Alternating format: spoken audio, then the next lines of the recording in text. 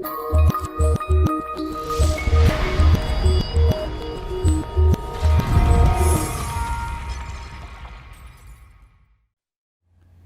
Gary here. I like simple. Now, I've been water skiing since I was 8 years old, and I've taught a lot of people how to water ski. And the ones that just do this simple thing, they keep their knees together and bent at the waist and just let the boat pull them up. That's it. And I tell you, the ones that do it get up first time. The ones that try to figure everything out, they just keep falling and falling and falling.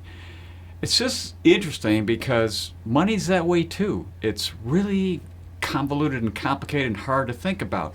So there's this article that came out recently by Business Insider. 7 things people who are good with money know that the rest of us don't. Number 1, if you just do this one, forget the other 6, you forgot about them, save first, spend second. That's it.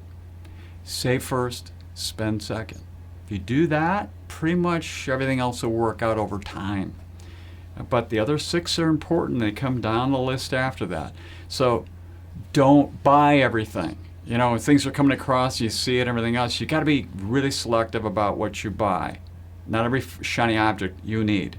So give yourself a day or 2 sometimes to let that warm wash of, excitement go away and say, oh yeah, I'm not going to buy this stupid thing for $40. Next, basically having experiences over things. In other words, buying things versus having experiences. I can tell you kind of great experiences for $40 versus buying things that are $300, $400, $500 and not anywhere near having the same amount. So experience over things. They're not brand driven, so you got to have the greatest brand. I just the other day heard about my niece who wants to buy a certain blouse for $350, and her mother said, crazy, doesn't make any sense, right? You could buy 7, 10, 12 blouses instead of having that brand, right? Next, plan carefully for the future. You make sure you know where you're going, right? Otherwise, you'll spend your money into multiple directions and waste a lot of time all over the place with it. Next, willing to invest for financial help and getting help out there. That's very important because it is very complicated and you do need help in all these various arenas, taxes, investments, risk and cash flow and all the associations with all that stuff. And finally, these folks are not always millionaires. They figure out how to do with what they have. In other words, you don't have to be a millionaire. There does not need to be a goal.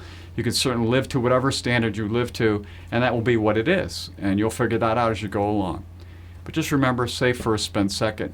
Everything else will kind of flow through in time as you learn this over time. So until next time, enjoy.